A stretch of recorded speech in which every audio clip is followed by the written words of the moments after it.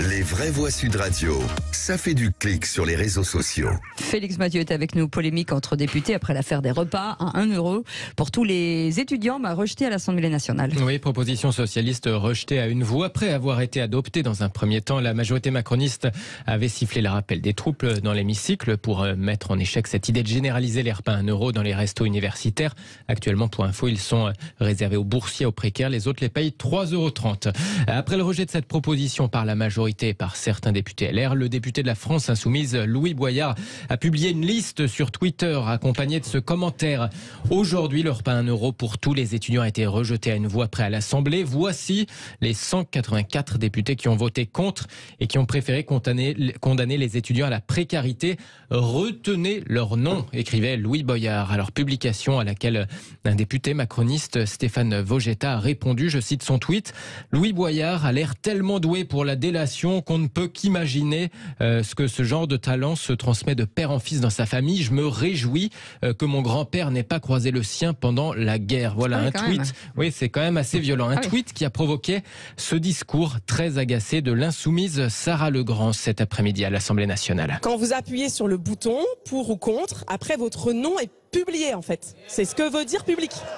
Alors du coup, ça fait des listes. Désolé, ça fait des listes. Voilà. Et donc, si vous pouviez arrêter de traiter de collaborateurs ou de vichistes les administrateurs de l'Assemblée nationale qui font des listes parce que c'est un scrutin public, ce serait bien. Voilà. Et d'assumer un peu ce que vous faites, en l'occurrence, refuser le repas à 1 € pour tous les étudiants. Il y a deux choses. La mauvaise foi, la mauvaise foi, elle est terrible. Alors, il y a une réponse, si vous voulez, d'un député de la majorité, Erwan Balanan du Finistère. C'est souvent dangereux, les listes, madame.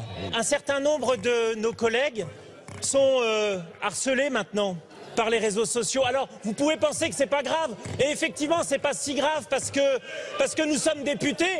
Mais ces députés ont aussi parfois des enfants qui sont aussi sur les réseaux sociaux. Et il y a quelques députés qui ont vu leurs enfants harcelés parce que leurs parents avaient fait un vote. Si vous trouvez ça normal, je comprends pourquoi, par exemple, vous ne votez pas sur les lois contre le harcèlement en ligne et autre chose.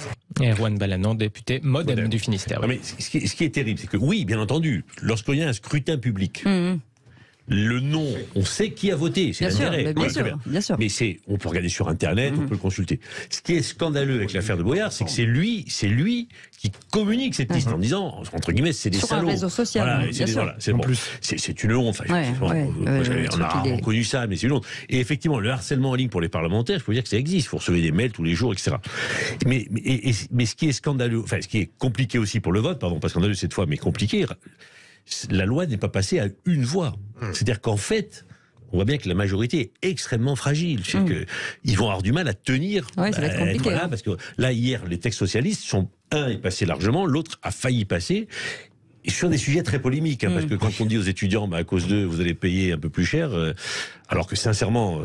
La fin du quinquennat va être compliquée. Le début est déjà, alors la fin... Oui.